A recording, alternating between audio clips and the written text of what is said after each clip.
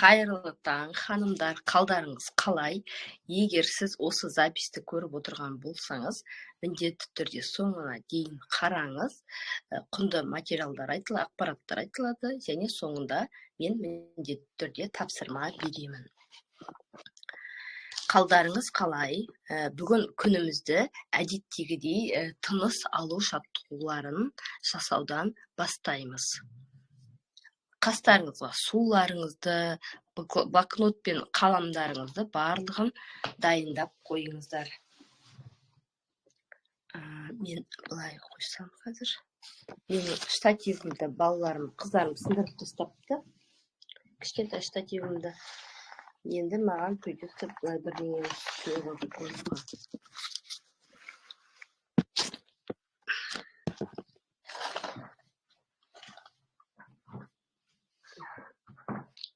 Көрініп тұрмын, я?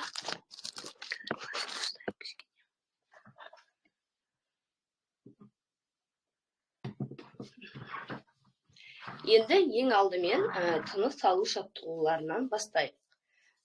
Тыныс алған кезде терең ішке ауаны жұтамыз, содан кейін оны ауызбен жайлап сыртқа шығарамыз. Сыртқа ауаны шығарған кезде дыбыс шығаруға болады.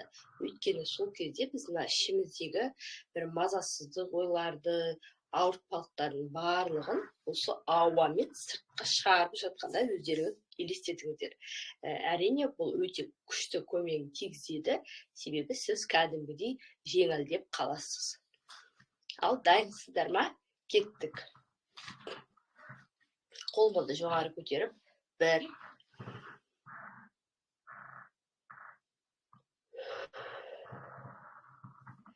2,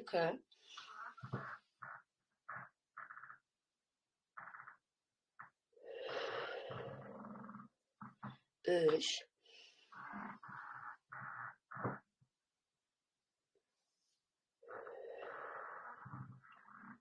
жаттығу жасап жатқан кезде міндетті түрде дәл осы шаққа қатысып, өздеріңізді керемет сезінуге тырысыңыздар. Ауаның кіргенін барлығын сезінуге. 4,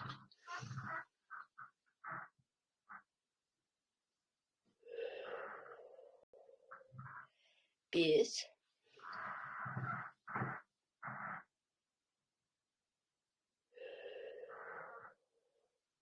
6,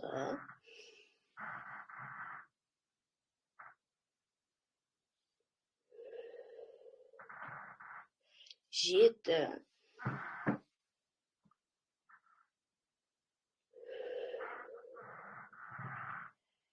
8,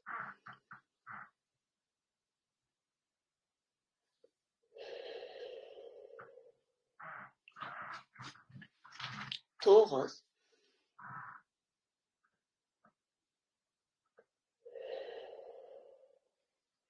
10,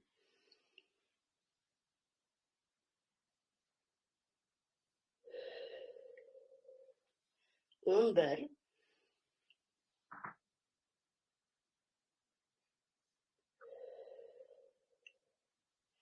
12,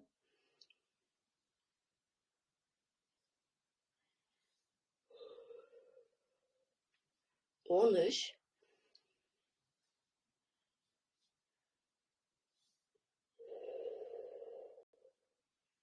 14,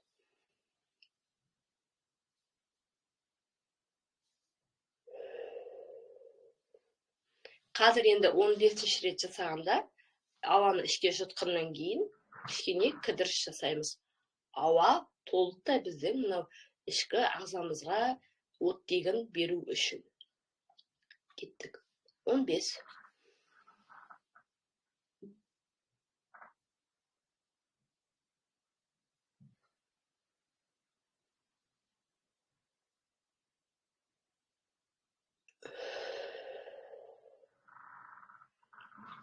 Керемет, рахмет, қыздар. Қазірге камерамды дұрыстап қойып алайын.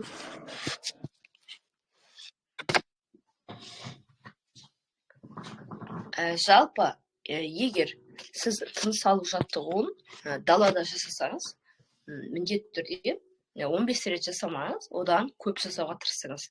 Өйткені даланың ауасы өте керемет, таза ауа. Мен үнемі айтамын, жаттығу жасаған кезде, тыныс алу жаттығуын жасаған кезде, тек қана үйде жасамаңыздар. Даладағы серуенге шыққан кезде де міндетті түрде жасаңыздар. Әрі қарай біздің келесі жасайтын күнделікті техникамыз, ол біздің ояну техникасы. Сіздермен бірге қазір тек қана мына қолымызбен денемізді оятып қана қоймай, мына біздің арқамыздың жауырынымыздың да, былай жауырынды қарасаңыздар, бір-бірден лопаткалар, бір-бірден тиіп тұрғаны, ол қозғалып тұрғанын білдіреді да жауырынның. Яғни біз кішкентай балаларды айтады ғой, қозғалмаған кезде бүйтіп жауырындары жабысып қалды деп, кішкентай балаларға массаж жасап, соны таратып жатады ғой. Сондықтан бұл үлкен адамдарда кездесетін бұндай проблема. Сондықтан бұл жаттығуды жасаған кезде біз тек қана оянып қоймаймыз, сонымен қатар өзіміздің мынау осанкамыздың жақсы дұрыс болуына да көмектесеміз. Кей кезде міне былай ғана жасамай, былай да жасаңыздар, яғни бұл бізде жауырындарымыз қозғалып тұрады сол кезде. Яғни біздің иығымыз артқа қарай кетеді, осанкамыз түзуленеді. Сондықтан солай да жасаңыздар арасында. Ал дайын болсаңыздар, суларыңызды ішіп алыңыздар. Дайын болсаңыздар, әрі қарай кеттік. Бірінші мәрте. 1, 2, 3, 4, 5, 6, 7, 8, 9, 10, 11, 12, 13, 14, 15, 16, 17, 18, 19, 20, 21, 22, 23, 24, 25, 26, 27, 28, 29, 30, 31, 32, 33, 34, 35, 36, 37, 38, 39, 40, 41, 42, 43, 44, 45, 46, 47, 48, 49, 50. Бірінші мәрте жасағанда өте жеңіл, үнемі. Жеңіл жасалады, өйткені біз әлі қатты ешқандай бұлшықеттерімізге күш түсірген жоқпыз. Әрі қарай кеттік, екінші мәрте.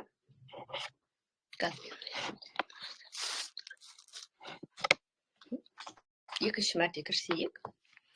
1, 2, 3, 4, 5, 6, 7, 8, 9, 11, 12, 13, 14, 15, 16, 17, 18, 19, 20, 21, 22, 23, 24, 25, 27, 28, 29, 30, 31, 32, 33, 34, 35, 36, 37, 38, 39, 40, 41, 42, 43, 44, 45, 46, 47, 48, 49, 50.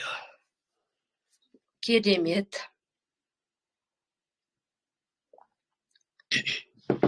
Жалпы адам егер бір нәрсе жасаймын десе, барлығы оның қолынан келеді.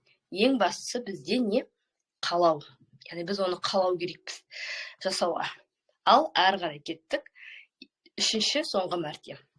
1, 2, 3, 4, 5, 6, 7, 8, 9, 10, 11, 12, 13, 14, 15, 16, 18, 19, 20, 21, 22, 23, 24, 25, 26, 27, 28, 29, 30, 31, 32, 33, 35, 36, 37, 38, 39, 40, 41, 42, 43, 44, 45, 46, 47, 48, 50.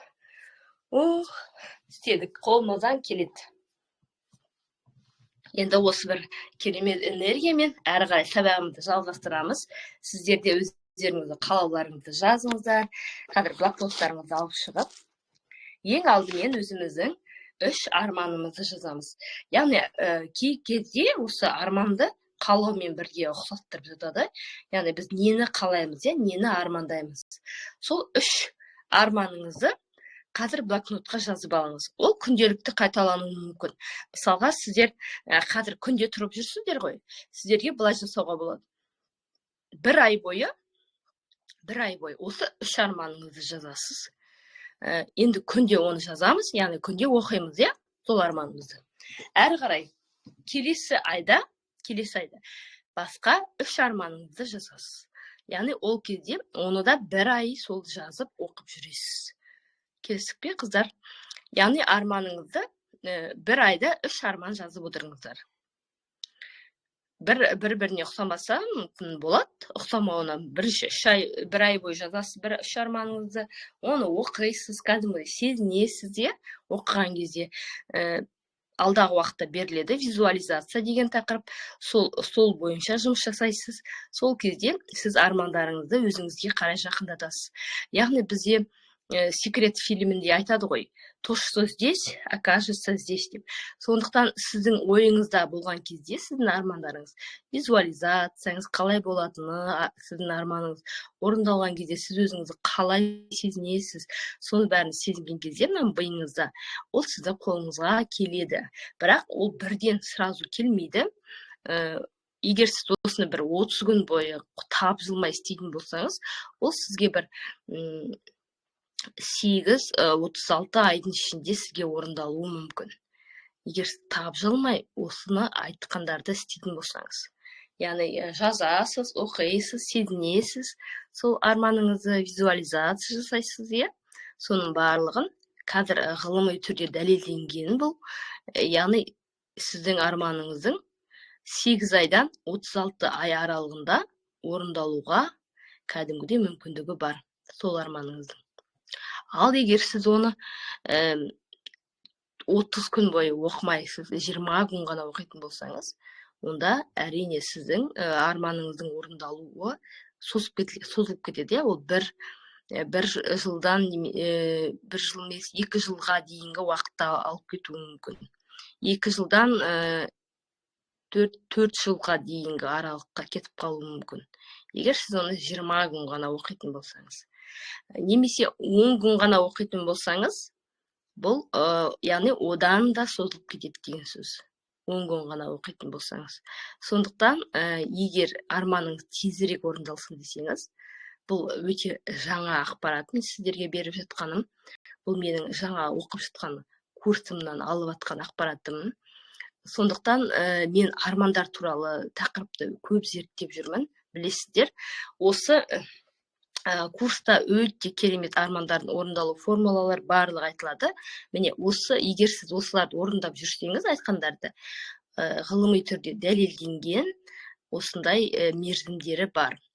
Яғни сіз 10 күн ғана оқысаңыз, онда сіздің армандарыңыздың орындалуы созылып кетеді. Әлде қайда ұзаққа. Егер мүлде оқымай айтпай жүрсеңіз, онда олар әрине одан әрі созылып кетуі мүмкін. Сондықтан мен де сізді арманыңызды тезірек прямо орындағыңыз келеді. Осы айтылғандарды орындап жүріңіздер. Армандар тезірек орындалмаған қалайтын адам жоқ деп ойлаймын. Өйткені армандар бізге ойымызға орындалу үшін келеді. Біздің арманымыз, кез келген арманымыз. Яғни Алла тағала бізге, өзімізге сондай ой салады. Мынандай бір арман береді. Яғни біз соған ұмтыламыз. Сол Алла тағала, егер оны біз жасай алмасақ, оны бізге ойымызға салмас еді. Сол бізге білетіндіктен, біздің күш жігеріміз соған жететіндіктен, сондай ойлар бізге береді. Жазып шықтыңыздар ма, қыздар? Енді әрі қарай кеттік. Күнімізді жоспарлаймыз. Бүгінгі осы жерде кішкене кідірейік. Бүгін біздің айтылатын тақырыбымыз осы күнді жоспарлау деген тақырып белгіленді. Осы тақырып туралы сөйлейміз. Жалпы күнді жоспарлау дегенде көп адамдарда проблема болады. Оны барлығын аңғарасыз да. Мысалға, марафонға келген кезде мен үнемі айтамын. Ханымдар, сіздің осы марафонда не өзгеріс алғыңыз келеді өзіңізге, қандай пайда алғыңыз келеді дегенде, көп адамдардың проблемасы осы күнді жоспарлауға да келеді. Өйткені олар айтады, мен күнімді жоспарлай алмаймын, барлығы қалай өтіп жатыр, солай өтеді.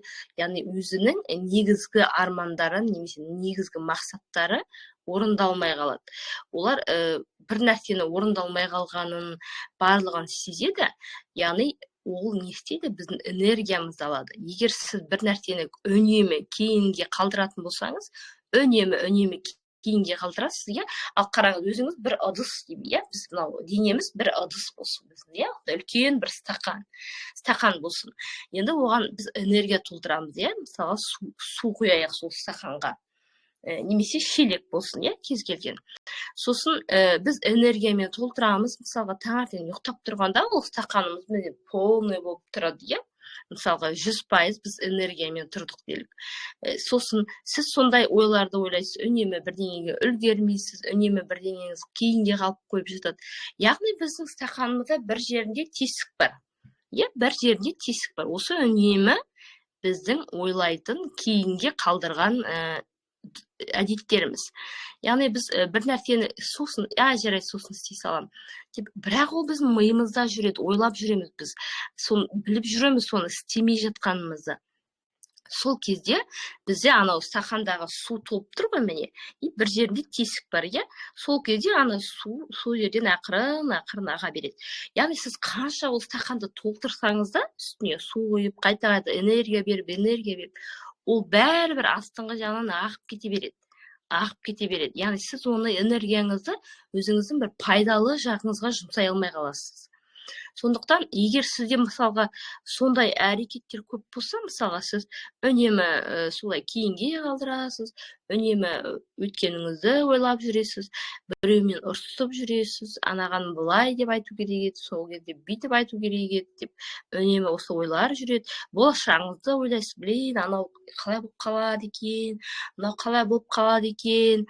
Мысалға, бір жұмысқа барайын деп тұрсыз, бірақ білмейсіз ғой әлі, ол жұмысқа барған кезде сізді ала ма, алмай ма екенін, иә, мысалға. Жоқ, сіз ойлап, уже жобалап қоясыз, блин, ол мені алмай қалатын шығар, мынау ұнамай қалатын шығар деп, сіз уже болжап атасыз өзіңіздің миыңызда. Яғни сол кезде осы энергияларымыз ақырын стақанның әр жерінен бүйтіп тесіле береді да, и біздің энергиямыз сол жерге сливается. И біз қанша толтырсақ та, бізге мүмкін жаңа идеялар, жаңа бір көзқарастар келмей қалуы мүмкін сол кезде. Сондықтан біз ескімен жүре береміз. Ескі өмір, бұл ескі энергия. Иә, өздеріңізге айтқан болатынмын, бұрынғы менің эфирлерімді тыңдасаңыздар, тыңдап отырған ханымдарға айтарым. Яғни бұл ескі энергия, ескі өмір. Оны міндетті түрде жаңарту керек. Сол сияқты сіздің мысалы күнделікті міне жоспарлауда ең бастысы бір маңызды бір керемет жері күнді жоспарлаудың. Осы бір артқа қалдырып жүрген істерді орындау. Ең бастысы осы. Сондықтан ол біздің энергиямызды алмайды. Біз өзімізге керекті не істейтінімізді уже точно білеміз. Міне мен осыны істеймін бүгін деп жазып алғаннан кейін кейбір адамдар кешке қарай жазады, күнді жоспарлаған кезде, ал мен өзім таңертең жазамын. Яғни мысалға тікелей эфир өткізетінімді білемін, иә. Тікелей эфир өткізгеннен кейін блокнот емес, мен заметкаға жазам. Заметкамды алып шығамын да, сол жерге түртіп аламын. Өзімнің бүгін жобамен нені істейтінімді кәдімгідей түртіп аламын. Содан кейін кешегі күні істегенге міндетті түрде галочка қойып отырамыз. Оны да білесіздер, себебі ол біздің нені жасадық, нені жасамадық, соны миымызға кәдімгідей көрсетеміз. Мен міне мынаны жасай алдым, қолымнан келдім деп, оны бүйтіп сызсаңыздар, немесе галочка қойып қойыңыздар. Яғни сіздің миыңыз көріп отыру керек, үнемі сіздің жасап жатқаныңызды. Яғни ол кейін сізге тағы да сіздің арманыңызға қарай жетуге көмектесетін әрекеттерді сізге қосуға мүмкіндік береді миыңыз. Бұл мынаның бәрін жасай алады екен, бұның қолынан келеді екен деп, тағы да сізге басқа мүмкіндіктер беруі мүмкін. Яғни сіздің ол істейтініңізді біледі. Егер сіз мысалға миыңызға күнде айтасыз, жаңағы айтқандай кейінге қалдыру, үнемі кейінге қалдырып жүресіз да, ал сосын сіздің миыңыз жаңа бір идея келіп қалған кезде сізге, сіз оны миыңыз сізге айтады, қарсылық білдіреді сізге. Жоқ, сен оны істей алмайсың, оған анау бір сылтау табылады, мынау бір сылтау табылады оған. Яғни миыңыз сізге уже қарсылық білдіріп жатыр. Неге? Өйткені сіз алдыңғы кейінге қалдырып жүрген әдеттеріңіз өте көп, кейінге қалдырып жүрген амалдарыңыз, істейтін әрекеттеріңіз. Сондықтан миыңыз сізге оған келесі жаңа келген идеяға орындалуына мүмкіндік бермейді. Просто ол сізге қарсылық білдіреді. Сондықтан біздің миымыз үшін бәрібір дейді. Жалпы қазіргі бізде зерттеліп жатқан заманда ақпараттар өте көп заманда айтады, миымыз үшін бәрібір. Кім айтты екен, ұмыттым, есімде жоқ. Былай дейді, сіз егер бір нәрсені жасаймын десеңіз, мысалға жасаймын деп осылай ниеттеніп қолыңыз жасап кіріссеңіз, сіз дұрыс айтасыз дейді. Егер сіз жасамайым, ол маған қалай жасаймын, қиын-ау деп жасауға ниет білдірмей отырсаңыз, онда да дұрыс айтасыз дейді. Өйткені бұл сіздің таңдауыңыз. Көрдіңіз бе? Бұл сіздің миыңыз үшін бәрібір. Сіз жасай аласыз ба, жасай алмайсыз ба? Сіз оған бәрібір. Ол жасай алмаймын десеңіз, жасамайды. Жасайын десеңіз, жасайды деген сияқты.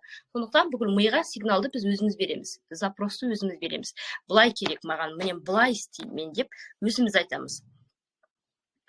Соңғы кездері мен бұны өте көп эксперимент жасап жүрмін. Миыма осылай істе деген кезде шын мәнінде өз кәдімгідей сезесіз өзіңізде солай болып жатқанын. Яғни біз өзіміз, өз тағдырымыздың авторымыз. Енді қараңыздар, күнді жоспарлау дегенде көп адамдар қиналады. Қалай жоспарлаймын деп. Жалпы мен бір лайфхактар естідім. Бірақ өзім әлі қолданып көрген жоқпын. Мен егер өзім қолданбасам, ештемені сіздерге былай кітаптан оқып алып, міне былай істеуге болады деп айтпаймын. Яғни бұл пайдалы ақпарат болғандықтан көп қыз-келіншектер, мен марафондарға қатысып жүрмін ғой өзім. Сол жерде көп қыз-келіншектер осындай техникаларды қолданады екен. Яғни оларға пайдалы болса, яғни мен істесем, маған да пайдалы болады деген сөз. Қазіргі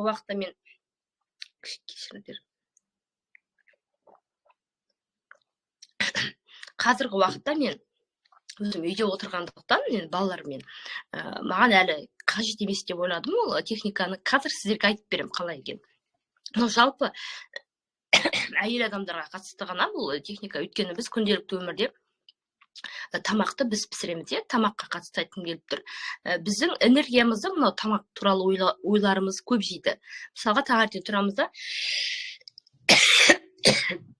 кешіріңіздер, таңертең тұрамызда біз ойлаймыз, қазір таңғы асқа неме пісірсем екен? Таңғы асты ішіп отырамызда, уже обедті ойлап отырамыз, түскі асымызда. Түскі асқа неме пісірем деп. Әрі қарай түскі асты ішіп болып, әрі қарай уже күн түсті ауа бастаған кезде тағы да ойланамыз, кешкі асқа неме дайындаймын деп. Осы ойлар, міне осы біздің ойларымыз үнемі миымызда жүретін. Не дайындаймын, не кисем екен деген сияқты. Біздің энергиямызды алады оларда. Өте көп энергиямызды алады. Біз өйткені сол жерге фокус қоямыз прямо. Түскі асқа фокус қоямыз, кешкі асқа фокус қоямыз. Яғни біздің басқа идеялар келмейді бізге. Біз соларды ойлаймыз, тамағымызды ойлаймыз күнделікті. Жалпы кез келген организацияда, өздеріңіз білесіздер, кез келген организацияда ас мәзірі дайын тұрады. Бір апталық,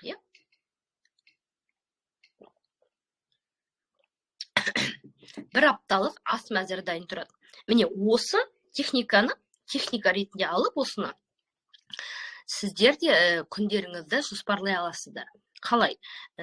Қағаз аласыздар, компьютердан өзіңізге примерно шығарып алыңыздар, сызып болады ғой мынау. Тамақтардың аттары, сосын қай күні істейсіз. Мысалға дүйсенбі күні таңғы асқа мынаны дайындаймын, түскі асқа мынаны дайындаймын, кешкі асқа мынаны дайындаймын деп. Примерно жазып аласыз. Мынандай салат істеймін, мынаны дайындаймын деп жазып аласыз барлығын. Дүйсенбі күнге, сосын сейсенбі күнді жазасыз. Сәрсенбі, бейсенбі, жұма, сенбі, жексенбі. Соның барлығын жазып шығасыз. Не дайындайтыныңызды. Тәтті пісіресіз бә мүмкін балаларыңызға. Соның барлығын қосыңыздар. Содан кейін қасына нені жазасыздар, қаншалықты орындалған өздеріңіз белгілеп отырасыздар ғой, белгілеу тоже керек сіздерге. Белгілеп отырасыздар. Яғни содан кейін сіздер бір аптаға, мысалға, жексенбі күні барып, азық түлік әкелген кезде осыған неме керек? Список бойынша бір аптаға керекті тамақтар істейтінін жазып алдыңыз ғой.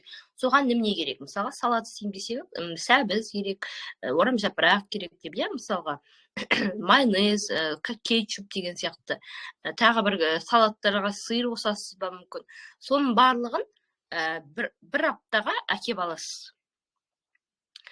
Үйіңізге мысалға керек тамақ бойынша, сіздің рецебіңіз бойынша, менюіңіз бойынша барлығын әкеліп қоясыз. Яғни ол сіздің уақытыңызды үнемдейді. Бір рет қана әкелесіз. Мысалға бүгін мен андай салат жасаушы едім, ой, мен үйде анау жоқ, мынау жоқ деп жүгірмейсіз. Яғни бәрін әкеп аласыз да, сосын сол рецепт бойынша, меню бойынша жасай бересіз. Бүгін мана уже дайын тұрады сізде. Бүгінгі күні қандай тамақ пісіретінін, ертеңгі күнгі тамақ пісіретін, қарайсыз да, бітті, сонымен жасай бересіз. Яғни сіз ойланбайсыз, сіз ойлауға уақыт кетірмейсіз. Неме пісірсем екен деп. Мысалға түскі ас пен кешкі астың аралығында сізге ондай болмайды. Автомат түрде уже біліп тұрсыз ғой неме істейтініңізді. Яғни сізге уже сигнал мына жерге беріліп тұр. Сіз барасыз да соны істейсіз. Гүлнұр ханым, бір айға жазып істедім дейді. Үйдің іші де соған үйреніп алды. Міне, бұл техниканы мен өзім алғашқы қолданғым келіп отыр. Өйткені бұл өте күшті көмектеседі деп ойлаймын. Мен уже сезіп тұрмын. Өйткені мынау біздің миымыз кейде біз үйреніп қалғанбыз. Кейде айтамыз ғой ер адамдарға, немене ойлап жүресіңдер? Көп жағдайда осылай айтады әйелдер. Не ойлап жүресіңдер? Мен болсам неменесіндерге тамақ пісіремін деп ойлап жүрмін деп. Осылай айтамыз біз кәдімгідей. Сол біздің ойымыз, сол үнемі сол әйелдер соны ойлап шаршап жүреміз ғой. Не пісірем деп. Екі мысалы сестренкаммен, сестраммен сөйлесіп қалсаң, мысалға, неме пісірдің не пісірдің деп бір-бірімізде соны сұраймыз ғой. Яғни ол біздің энергиямызды алады, көп энергиямызды алады. Гүлнұр ханым, молодец, дұрыс істейсіз. Яғни пайдалы. Көрдіңіз бе? Гүлнұр ханым уже көріп тұр, пайдасы бар екен. Сондықтан сіздер де қолданып көріңіздер. Бұл техника өте керемет техника. Енді қараңыздар, әрі қарай біз бұл күнді жоспарлау, бұл біздің бір күндік жоспарымыз, бір күндік қана. Ал енді қараңыздар, бізде апта бар, ай бар, жыл бар, жалпы міне 25-ші жыл келе жатыр бізде. Жалпы осы уақыттан бастап келесі жылға жоспар жазып бастау керек. Яғни сіз келесі жылы не үйренгіңіз келеді, не өзіңізді қалай жетілдіргіңіз келеді, қалай дамытқыңыз келеді, отбасыңыз үшін не істегіңіз келеді, қандай демалысқа барғыңыз келеді, немесе балалардың мысалға көктемгі демалысы, жазғы демалысы, күзгі демалысын қалай ұйымдастырғыңыз келеді. Соны барлығын міне осы уақыттан бастап жазып бастау керек. Яғни біз жыл басталып кеткен кезде ертең, мысалға, жаңа жылға дайындаламыз, енді міне 16-сы өткеннен кейін бізде дайындық басталады жаңа жылға. Сол кезде балалардың утренниктары, немесе мектептегі нелер, ана-мыналар шығады. Соның барлығын жүгіріп, біз мынандай әдемі, керемет мерекелік көңіл күймен жүрген кезде біздің жоспарға отыруға уақытымыз болмай қалады. Содан 1 қаңтар күні туып қалады да, ой, мен жазған жоқпын деп, әлі жазған жоқпын деп, яғни біз өзіміздің энергиямызды өзіміз аламыз. Дәл осы жерде мен айта кеттім келіп тұр. Кеше мен аяқ астынан ойда жоқта деп мен инстаграмнан көрген шығарсыздар. Ойда жоқта осы көкшетаулық Айғаным Боташ деген қыздың кітабының, Батыр қыз деген кітабының тұсаукесеріне бардым. Қалай ойда жоқтар? Мен өзім айттым ғой сіздерге, ауырыңқырап қалдым, кішкене балам да ауырып қалды үйде. Соған дәрі алам деп аптекаға шыққан болатынмын. Үйге киетін, таңертең серуенге шыққанда киіп жүрем ғой, сұр куртка. Үйге киетін куртка, мен өзім еще температура кетіп тұрған, таңертең бір дәрі ішіп алып, сөйтіп балаларыма тамақтарын бәрін бердім да, сосын аптекаға шықпайын ба, шығып аптекаға барам деп остановкада тұрсам, көрші үйде тұратын бір келіншек әдемі киініп алыпты. Мен оған айтамын, қайда бара жатсың? Әдемі киініп, боянып, әдемі киініп, норковый шубасын киіп, норковый. Сонымен сөйтіп шығып тұр ғой. Сосын ол айтады, мен осында бір айғаным деген. Ешкім менімен бармайды, ешқайда. Мен біраз адамдарға айттым дейді, ешкім менімен барғысы келіп тұрған жоқ. Мен өзім жалғыз бара жатырмын деп. Сосын мен айтамын, қайда бара жатсың деп. Ол айтады, мен Айғаным Боташ деген қыздың кітабының тұсаукесері, мен соған бара жатырмын деп. Сосын мен айтам, Айғаным ба, ол Айғаным біздің ауылдың қызы ғой. Мен ол қызды білем. Ол қыз біздің ауылда, үйіміз бір жолдан жол, ортамызда жол, екі жақта үйіміз қарама-қарсы тұрған болатын сол қыздың. Бірақ ол қыз нешінші жылғы екенін ұмытып қалдым. Мен ол кезде әлі оқушымын. Біз соның әжесінің үйіне барып, сол қыздарды ойнататынбыз. Есіме түсіп кетті. Сосын сол қызды ойнататынбыз. Сол қыздың өмірінде бір қиын жағдай болды. Ол тұрмысқа шыққаннан кейін ең бірінші баласы аяғы ауыр болып жүргенде, яғни сроғы келген кезде роддомға түседі ғой. Сол роддомға түскен кезде бір сондай бір қиын жағдай болды өмірінде.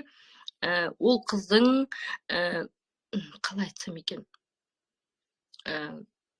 яғни ол больницаға түскеннен кейін, ауруханаға, роддомға түскеннен кейін сондай бір жағдай болды да, когда ол шыққан кезде көп уақыт ауруханада жатты.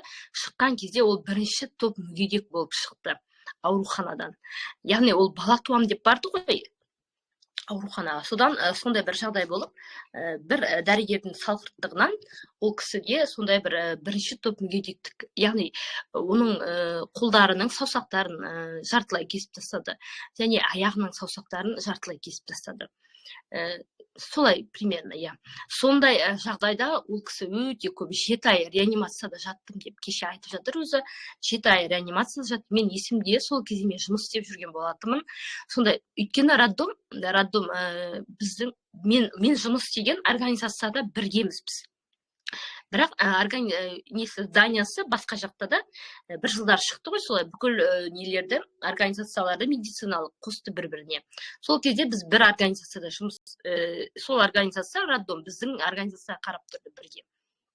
Яғни, сонда біз енді естіп жатырмыз ғой, сондай жағдай болыпты деп, енді кімге болғанын естиміз ғой. Сосын ақшалай көмек көрсеттік, керек болып жатты ақшалай көмек көрсетуге, өйткені көп дәрігерлер, ол кісі айтады өзі, бір дәрігердің салғырттығынан болса да, осындай жағдай, менің өмірімді сақтап қалуға 100 дәрігер атсалысты деп. Яғни, ол кісі қазір өзі кәдімгідей жүреді, барлығы жақсы, қызы да бір 6-да болып қалар, 6-7 жаста. Яғни сол қыз былай деп айтып жатыр. Менің өмірімде бір айтатын бір керемет бір сөзім бар дейді. Маған ол сол кітап реанимацияда жатқанда көп түрлі сондай бір қиындықтармен күрескен адамдардың кітаптарын оқыдым дейді. Оның ішінде тек қана бізде қазақ қоғамында ондай ешқандай кітап табылмады да, тек шетелдегі Луиза Хей деген солардың кітаптарын оқыдым дейді. Сол кезде бір сөз ұнады дейді маған. Адамның досы да өзі, жауы да өзі. Яғни, осы сөзді ол сол жерде прям қадалып айтты. Мен өзінің кітабына авторлық қолтаңбасын берген кезде сол сөзді жазып қойыпты. Әр әйел бақытты болуға лайықты деп. И сол сөз. Адамның досы да өзі, жауы да өзі. Яғни, біз өзімізге дос та бола аламыз, жау да бола аламыз. Бірақ егер сіз таңдасаңыз, мен өзіме дос болам деп, яғни сіз үнемі өзіңізге дос боласыз. Жау болу деген қалай? Бұл біз істемейтін, қаламайтын әдеттерді, әрекеттерді істеу, мысалға, ағзамызға, мысалы, пайдалы емесінен біле тұра, біз пайдалы емес заттарды, тағамдарды қолданамыз. Сол сияқты бұл жау деген осындай мағынада. Өзімізді депрессияға түсіріп жіберуіміз мүмкін, басқа адамдардың әсер етуі арқылы біз өзімізді депрессияға түсіріп жүреміз. Яғни біз өзімізді қоршай алмаймыз, қорғай алмаймыз. Психикалық тұрғыдан болсын, физикалық тұрғыдан болсын, жалпы. Сондықтан сол қыздың сол айтқан сөзі маған қатты ұнады. Сөйтіп мен аяқ астынан сол кітаптың тұсаукесеріне бардым. Мен шынымды айтсам, айттым ғой мен сіздерге, мен өзім осы үйде жүрген қалпында барғанмын ғой, ешқандай бетіме тоналка да жақпағанмын. Сол қалпында мен бүкіл ауылдың адамдарын кездестірдім, өзімнің көптен бері көрмеген сол әжесін кездестірдім. Кішкентай кезінде сол қызды қарасқанда сол әжесінің үйіне баратынбыз. сол барлық ауылдың туған туысқандарымды көріп бір қуанып қайттым кеше аяқ астынан. Сол Айжан деген қызға рахметімді айттым, рахмет саған деп, осындай бір мүмкіндік бергеніңе деп. Жалпы айтып тұрғаным, ол қыз өзі зерттедім дейді, көп нәрселерді зерттеген, яғни өз-өзімен жұмыс істеген. Ол қызға өте қиынға соққан. Ол қыз, яғни басында айта кетейін тағы бір, яғни қиналған кезінде ол кісі жүре алмай қалған. Оны жүре алмай қалғанды коляскада отырған. Содан ол көп қиындықтарды жеңіп, сондай бір керемет қазақ қоғамына, именно қазақ қоғамына келетін, біздің психологиямызға жақын сондай бір кітап жазсам деген ниетімен 5 жыл армандадым дейді. Сондай бір кітап жазып шығарсам деп. Қиындықта жүрген адамдар әрине өте көп. Кейбіреулер ол қиындықты жеңеді, кейбіреулер жеңе алмайды. Сондықтан осындай бір кітаптар, егер сіздер іздесеңіздер, қазір доступқа шығатын шығар, Батыр қыз деген Айғаным Боташ деген кісінің кітабы. Яғни қоғамға бұл пайдасын әкеледі деп ойлаймын. Өйткені көп адамдар, біздің қоғамда әйел адамдар проблемаларын ешкімге айтпайды. Болып жатқан жағдайлар өздеріңіз көріп жүргенде шығарсыздар. Проблемаларын ешкімге айтпайды. Ол мысалға күйеуі оны ұрып соғып жатса да, психикалық тұрғыдан басып жатса да, ешкімге айтпайды. Сөйтіп жатып, көп қайғылы оқиғаларға пайда болуы мүмкін біздің қоғамда. Бар ондайлар, бірақ біз білмеуіміз де мүмкін. Сондықтан, егер сіз сондай бір қиындыққа тап болып жатқан кезде, адамдар көбінесе осылай басқа жақтан іздейді, поддержканы. Сондай кезде осындай кітаптар болса, оқып, яғни оны адамдардың осылай істей алатын. Мысалға, сіздің проблемаңыз, ана қыздың проблемасының қасында мүлде бір жай болып қалуы мүмкін. Сіз егер өзіңіздің проблемаңыз әртүрлі ғой адамда. Сіз мысалы қиындатып, сол күшті бір проблема қылып жүрсеңіз, шеше алмай. Ал ана қыздың кітабын оқығаннан кейін сіз ол проблема сіз үшін бір жай бір нәрсе сақ түйек болып қалуы мүмкін. Сондықтан керек болса өздеріңіз тауып алып оқыңыздар. Шынымды айтайын, мен ол кітапты алған жоқпын. Жалпы мен ол кісінің сондай бір историясымен мен таныспын. Өйткені айтып тұрмын ғой, мен ауылымның қызы, мен ол историяны қалай болғанын білемін. Ол кісіге қалай барлығы өткенін. Қазіргі сәтін көріп, біз қалай жақсы бір алыстағы адамдар, мысалы білмейтін адамдардың, үнемі біз оның дамыған бір жетілген сәтін ғана көреміз. Ал оның арт жағындағы қандай қиындықтар бар екен, біз ешқашан көре алмаймыз. Тіпті сезіне де алмаймыз біз оны. Сондықтан сіздер де ерінбеңіздер, өздеріңіз үшін, міне өзімізге өзіміз жау болмайық. Өзімізге өзіміз тек қана дос болайық. Яғни біз сол кезде өзімізді бақытты сезінетін боламыз. Енді әрі қарай сіздерге меню туралы айттым. Енді қараңдар, жоспар жазамыз. Жоспар жазғаннан кейін сол жерге Trello қосымшасын қолданасыздар. Trello деген қосымша қолдану қатты қиын емес. Бір түсініп алсаңыздар, түсінікті болады. Мен осы 2-ші марафонда соның видеоға түсіріп көрсеткен болатынмын. Сол видеоны мен сіздерге жіберемін, қалай қолдану керек екен. Яғни сіз өзіңізге керекті колесо баланса деген бар ғой бізде.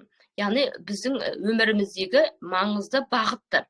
Денсаулық бір бағыт, сосын әрі қарай неме бар еді бізде, шығармашылық бағыттарымыз, содан кейін отбасылық қарым-қатынасымыз, одан кейін өзіміздің жеке личность ретінде дамуымыз, жеке, сосын спортпен айналысу бойынша бір бағытты қоюға болады. Осыған байланысты өздеріңіз бөліп аласыздар. Жалпы колесо балансаны қарасаңыздар, қандай бағыттар бар екен. Сол бойынша барлығын бөліп аласыздар. Сосын жазып шығасыздар. Ол жерде прямо көрініп тұрады, қалай жазу керек екені. Жазып шығасыздар, мысалы, денсаулыққа байланысты. Витаминдар ішемін, мысалы, қандай витаминдар ішесіз, соны қосып қойыңыз. Содан кейін, мысалы, мына марафонда берілетін техникаларды орындаймын. Тыныс алу жаттығуы, бұл біздің неге денсаулыққа өте пайдалы. Тыныс алу жаттығуы, күнде шығып 15-20 минут серуендеу деп, өзіңізге керекті дұрыс деген әрекеттерді жазасыздар. Яғни тамақтануды оның ішіне қосасыз, иә, дұрыс тамақтанам, мысалға майлыны аз жеймін деген сияқты, нанды аз жеймін. Осының барлығын қосуға болады. Әрі қарай шығармашылық бағытта өзіңіз дамытқыңыз келсе, кез келген мысалға әдемі торт пісіріп үйренгіңіз келеді, иә. Келесі жылға мысалға мен бір МК-ға қатысамын, сосын торт пісіріп үйренемін деп жазып қойыңыз өзіңізге. Немесе пирог пісіріп үйренемін. Қазір бізде тренд болып жатыр ғой пирог дегендер. Одан кейін әрі қарай немене тағы да капкейк пісіріп үйренемін деген сияқты. Немесе ағылшын тілін үйренгісі келеді, иә. Мысалы, мен де ағылшын тілін үйренгім келеді. Мен негізі мектепте неміс тілін оқыған болатынмын. Ағылшынша білімім өте аз менің. Неге балаларға бүйтіп кітаптан түсіндіріп бере аламын. 2 айлық курсқа қатысқанмын, негізі қолға аламын деп 2019 жылдың соңына қарай мен қолға алдым. 2 ай бардым курсқа. Сол кезде мен кәдімгідей көп нәрсені түсініп қалдым да ағылшын тілінен. Өйткені мен бұған дейін неміс тілі мен ағылшын тілі ұқсамайды бір-бірлеріне. Неміс тілі біздің қазақ тілі сияқты қалай жазылып тұр, солай оқисың. Грубо оқылады, иә, жуан оқылады. Ал ағылшын тілінде мен балаларымның сабақтарына көмектесе алмайтынмын. Өйткені бір әріп бірнеше түрлі оқылады. Мен түсінбейтінмін оны. Содан мен өзіме қолға алдым да, солай бардым. Содан кейін карантин болып қалды. Да, сол кез есімде. Мен өзім кәдімгідей дайындалып күшті бір әсерде жүрдім. Өйткені ағылшын тілі шын мәнінде керек екенін түсініп жүрдім да. Енді Алла жазса сонда қолға алғым келеді. 25 жылы биыл шетелге барған кезде ағылшын тілі әрине керек болды көп жерде. Бірақ қалай айтса, интернет бар, иә, переводчик бар. Аса прямо былай қиналған жоқпыз. Сол переводчикпен айтып бердік, жазып бердік, олар бізге түсіндіріп берді. Бір-бірімізді түсіну оңай болды. Сосын сол кезде карантин болып қалды да, мен содан менің ағылшын тілім қалып қойды. Карантиннан кейін. Содан басталмады қайтадан. Енді сіздерді егер осында ағылшын тілін үйренемін, немесе тағы да бір Қытай тілін үйренемін деп жүрсеңіздер, өздеріңізге, бұл біздің миымыздың жұмысын жақсартады, басқа тілді үйренген кезде. Соны қолға алып бастауға болады. Келесі жылғыға жоспар қоясыз. Яғни оны сіз өзіңіздің айлық жоспарыңызға жазып қоясыз, ағылшын тілін үйренемін деп, сосын күндік жоспарыңызға да бір 15 минут осы ағылшын тіліне уақыт бөлемін деп, иә. Мен негізі балам маған айтты, үлкен балам, бір приложение бар. Мен оны алдында қолданып көргенмін, когда ағылшын тілді үйреніп жүрген кезде. Приложениемен жұмыс істеуге болады. Сондай приложениемен бір 15 минут өзіңізге жұмыс істеуге уақыт бөліңіз. 15 минутыңызды ғана. Тым болмаса, тым болмаса. Немесе бір жақсы кітаптар оқыңыз келіп жүрме. Соны да жазып қойыңыз шығармашылыққа. Тағы не істеуге болады? Көп, адамдардың армандары өте көп, ниеттері де көп. Не істегісі, йогаға барғыңыз келе ме, мысалға, йогаға баруда бұл өнер деп ойлаймын, өйткені оны игеру да қиын сияқты көрінеді, бірақ мен кеше бір қызда оқып отырмын, йогаға қатысыңыздар деп жатыр да, өйткені біз йогаға қатысқан кезде мына миымыз өте бір тыныштықта болады екен. Сондықтан алдағы уақытта мен білемін, біздің үйдің маңайында жоқ, алыста да таңғы 6-да басталады екен. Ол йога маған енді ыңғайсыз. Менде машина жоқ, машина жүргізу білмеймін. Айтпақшы, жоспарға машина жүргізіп үйренгіңіз келіп жүрсе, оны да жазып қойыңыз. Сосын маған баруға маған ана жаққа дейін алыс жерді таңғы уақытта. Сондықтан мен кішкене енді кейінге қалдырып жүрмін. Жалпы өзім үйде, Алла жазса, үйде былай қарап тұрса, YouTube толып тұр, YouTube-та бастап көргім келеді. Ақырын өзіме сонда үйреніп бастап көргім келеді йоганы, қалай екенін сезініп. Жалпы йоганың пайдасы өте көп деп айтып жатыр. Бұл біздің мынау немізге, миымызбен денеміздің балансты ұстауына көмектеседі. Әрі қарай тағы не үйренгіңіз келеді? Соны сурет салып үйренгіңіз келетін шығар, мысалға, бір әдемі бір зат жасап үйренгіңіз келе ме? Может, гипстан мен сияқты. Гипстан бір заттар жасап үйренгіңіз келе ме? Соның барлығын жазуға болады. Келесі бағыттарда отбасына байланысты қарым-қатынас, отбасындағы қарым-қатынас, мысалға не істейсіз келесі жылда? Балаларыңызбен бір серуен ұйымдастырасыз, немесе пикникқа барасыз. немесе бір демалуға барасыз бір жерге, иә, аквапарк, балалардың жақсы көреді ғой, аквапаркқа апарамын дейсіз. Қай қалада өзіңізге жақын, қай жерде, сол жерге. Мысалға біздерде біз Петропавл қаласында да болдық аквапаркта. Петропавл қаласының аквапаркі бізге өте қатты ұнайды, балаларыма барлығына. Өйткені оларда кішкене условиялар керемет та. Сосын бізге жақын Астана қаласы. Астана қаласының аквапаркына биыл мен балаларды жаздың күні апарып келдім. Сол карантин болатын жылы, біз 19-шы жылы, жылдың соңында, осы уақыт, дәл осы уақыт 16 желтоқсанда апарып келген болатынмын. Содан кейін карантин жабылып қалды, карантинға барлығы. Сосын біз үйде болдық көп уақытқа дейін, біз ешқайда шыққан жоқпыз. Үлкен қызым туды, одан кейін кіші қызым туды. Сонымен бізде ешқандай шығуға мүмкіндіктер болмады. Мен Астанаға сол бармағаныма 5 жыл болып қапты, сөйтіп тұрған, қасында жақын тұрған Астанаға. Сол Астанаға биыл барып, сіз мүмкін историяларымды көрсеңіздер, сол жерде Дубайдан кейін барып, балаларды қыдыртып алып келдік аквапаркқа. Міне осындай жоспарларды қоюға болады. Қай жерде, мысалы, тағы да толып жатыр, менің сестренкам қай қалада деді, тағы да Қостанайда деді, ойым қателеспесем, аквапарк ашылды деді. Сондай бір жерлерге барып келуге болады, балалармен демалуға жоспарлап қойсаңыз. Немесе біз алдағы уақытта біз ойлап отырмыз, Өзбекстанда, Ташкент қаласында сондай Диснейленд деді, ойым, сол ашылды дейді, сондай бар деп естідім. Соған барайық деп отырмыз. Ол жақ кішкене арзандау ғой, олардың соммен есептегенде. Сондықтан көп ақша кетпейді дейді. Сондай бір ойларымыз бар, жоспарларымыз. Сондайларды сіздер де өздеріңіз балаларыңызбен, отбасыңызбен, немесе жолдасыңызбен ғана бір санаторийға барып келгіңіз келе ме, соны жоспарлап алдын ала жазып қойыңыздар. Жазған кезде сіз мысалы қалайсыз ғой, ішкі ниетіңізбен қалап жазасыз. Мен мысалы жолдасыммен Бурабайға демалып келдім деп, бір күндік болсын, иә, бір күн Бурабайда демалып келдім деп. Бізде мына Бурабай өте жақын ғой бізге. Мына жерден бізде бір 30-40 минут қана болады, Бурабай бізге жақын. Біз Бурабайға мысалы жылда барамыз, әлі қыстың күні барып көрген жоқпыз да. Балалар кішкентай деп солай сылтауратамыз ғой үнемі. Мен жолдасым айтып жатырмын, биыл Алла жазса қыстың күні қысқы Бурабайға барайықшы деп.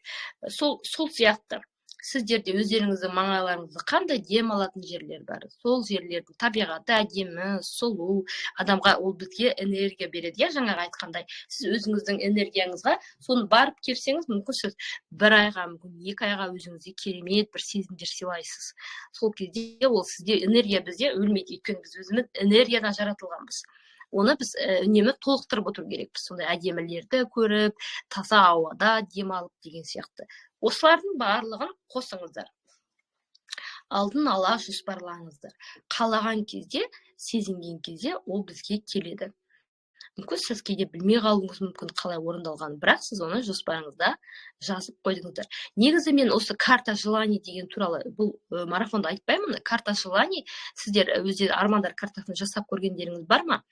Болса, кейін мысалы YouTube каналымда мен записті көріп отырсаңыз, YouTube каналымдағы комментарийға пікірлеріңізді қалдыруға ұмытпаңыздар, өздеріңіздің бір пікірлеріңізді. Осы айтылып жатқан тақырыптарға байланысты. Карта желаний дегенде мен өзім зерттедім. Менде болды, бір карта желаний жасадым мен өмірімде. Сол карта желанийдің ішінде көп нәрсе менде орындалды. Өткенде жуырда ғана ашып қарап жатсам, сол карта желанийда мен Дубайды белгілеген екен. Именно анау парусты, соны Дубайды көрсетіп қойған екенмін. Соны есіме түсіп күліп жатырмын. Мен карта желанийда осыны белгілеген екенмін ғой. Сосын біз елдер таңдаған кезде осында барыппыз деп, өзім кәдімгідей керемет бір сезімде болдым да, деп осыны. Именно қызымды туардың алдында, менде 2 жыл болды ғой. 2 жылдан кейін қатты қыз туғым келді. Қызым болса екен деп армандадым. Сол кезде уже уақытым да кетіп бара жатты, возрастым есейіп келе жатырмын деп.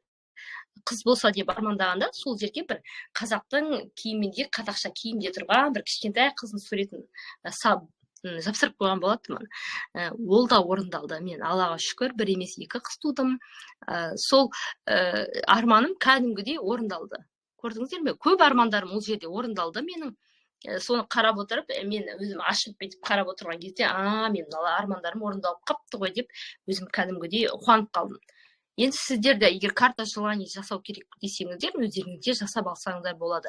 Оның да әсері өте көп, өйткені сіз жапсырасыз ғой, кәдімгі жапсырып, оны фотоларды қиып іздеген кезде сіз сезінесіз. Сезінгенде ол сізге тартасыз оны сіз өзіңізге. Жаңа айтып жатқандай, әлгі армандардың орындалуы созылып кетеді деп ғылыми түрде дәлелденді дедім ғой. Сол сияқты мысалға мен оларды сезіндім, бірақ мен оларды күнде айтқан жоқпын ғой. Сондықтан олар бір күні орындалды, менің өмірімде бір күні орындалды. Яғни ол карталарды жасағаныма менің бір 4 жылдай болып қалды. Осы үйге келгеннен кейін жасадым мен оны. Біз осы үйде тұрып жүргенбіз 7 жыл. Я, сол 4 жылдай болып қалды жасағаныма. Яғни 4 жылдан кейін орындалды менің армандарым. Жалпы Наталья Правда деген блогер бар. Сол кісіні тыңдайсыздар ма? Тыңдасаңыздар, сол кісі тоже күшті айтады армандардың орындалуына қатысты. Мен мынау қызымды солай қалап жүрген кезде, қызым болса екен деп тілеп жүргенде, сол кісінің бір техникасын қолданған болатынмын. Именно қыз баланы тууға. Сонда сол кісінің техникасын қолдандым. Аллаға шүкір, мен қыз бала тудым. Сол кісінің соңғы кездері тыңдап жүрген жоқпын, уақытым болып жүрген жоқ. Сол кісінің өте керемет сабақтары да күшті, айтады, мынау үйді қалай жинау керек, немесе әдемілеу керек, сол барлығын айтады. Лилия Правда деген да бар, и Наталья Правда, екеуі де осы армандарға қатысты айтады. Жалпы әрі қарай айттым мен. Яғни біз күнімізді жоспарлаған кезде біздің істейтін нәрселеріміз, істейтін амалдарымыз, жұмыстарымыз біздің назарымыздан тыс қалмайды. Яғни олар бізден қалып қоймайды. Біз олардың барлығын біліп отырамыз, көріп отырамыз, жасау керек екен. Яғни біз ақырын оларды жасаймыз. Қысқа мерзімді жаңағы айтып отырғандай 1 жылға құратын болсаңыздар, немесе 3 айға, немесе 6 айға құрасаңыздар, қысқа мерзімді дейміз, жылдық жоспарлар, әрі қарай сол өзіміздің мақсат қоямыз. Мысалға сіз айына шама табыс тапқыңыз келеді, бір мақсат қойдыңыз, осы шамамен айына 1 миллион тапқым келеді деп мақсат қойсаңыз, сол мақсатқа жету жоспарыңыз болады, ол кішкене өзгешелеу болуы мүмкін сіздің күндік жоспарыңыздан. Әрі қарай, яғни өмірдің басты құндылықтары дейді, бұл кімнің Франклиннің пирамидасы бойынша осы жоспарға құруға қатысты. Яғни басында біз тұрамыз ғой, мақсатымыз тұрады, әрі қарай көрген болғарсыздар. Көрмесеңіздер, мен сіздерге жіберемін. Ең астында, оның пирамиданың ең астқы жалпақ жерінде өмірдің басты құндылықтары тұрады. Бұл не? Бұл бізге, мысалға, өмірімізге қажетті, бізге қуат беретін, біздің өмірімізге керекті құндылықтарды жазамыз сол жерге. Яғни бұл біздің тамақтануымыз, өмірге құндылық береді. Бұл ішкі состояниемізді жақсарту өзімізбен. Жаңағы йога дегендер соған кіреді ғой. Сондай өмірлік құндылықтарымыз. Нені қалайсыз? Осыны соған жазасыз. Өзіңіздің ішкі жан дүниенің тыныштығына келтіреді бір әрекеттерді жасайтын шығарсыз. Яғни тыныс алу жаттығуы, йога бар, қазір немене бар, көп қой жасайтын техникалар. Соларды зерттеп жүріп, соларды енгізсеңіз болады. Өмірлік мәніңіз өзіңізге. Бұл мен үшін өте маңызды деген әрекеттер, амалдарды жасаймыз осы бойынша. Әрі қарай енді сіздерге үй тапсырмасына Trello қосымшасын жүктеп алыңыздар. Содан кейін сол Trello қосымшасын толтырып бастаңыздар. Яғни алдағы уақытқа, осы 25-ші жылға, Алла жазса, ақырын қалай еще бір күнде біз толтыра алмаймыз оны. Қыздар, сіздер қаласаңыздар да, қаламасаңыздар да, біздің миымыз ұмыт қалдырады кейбір әрекеттерді. Сондықтан біз оны толтырған кезде, бүгін отырдыңызда толтырып бастадыңыз ғой, жаздыңыз, ең бастыларын жаздыңыз. Содан кейін біраз уақыттан кейін сіз жүресіз де, тағы бірден есіңізге түсіп кетеді. Сол кезде жақсы қарасыз да, тағы да жазып аласыз. Яғни жылдың соңына дейін әлі уақытымыз бар. Осы Trello қосымшасын толтырып, өзімізге маңызды дегендердің барлығын тізіп жазып аламыз. Содан кейін фото отчет жіберсеңіздер болады. Мен міне былай бастадым деп фото отчет жіберуге ұмытпаймыз, қыздар. Міндетті түрде жіберіңіздер. Қаншама қыз келіншектер, кейде ойлаймын, қаншама қыз келіншектер осы жерде біз қазір үшеуміз отырмыз, иә. Оның біреуі мен, екеуі сіздер. Айгерім ханым, Гүлнұр ханым. Ал біздің чатта 30 бірдеңе адам отыр. Жалпы мен өзім ойлаймын, егер адам шын мәнінде қаласа, мен өзгеремін. Мен өзімнің қоғамымды өзгертемін. Мен балаларымның болашағы үшін өзгеремін деп, егер шын мәнінде қаласа, олар да осы жерде отырар еді. Бірақ енді әр адамның жағдайы әртүрлі болады, иә. Кешегідей мүмкін біреу денсаулығы сыр бермей қалған шығар, иә. Сыр беріп қалып, кішкене ауырқырап қалды ма мүмкін. Сондай бір жағдайлар болады, иә. Түнде өте кеш жатып қалды ма. Өмір ғой, өмір болғасын барлығы болады. Мен түсінемін оны. Бірақ кері байланыс беруге ұмытпау керек.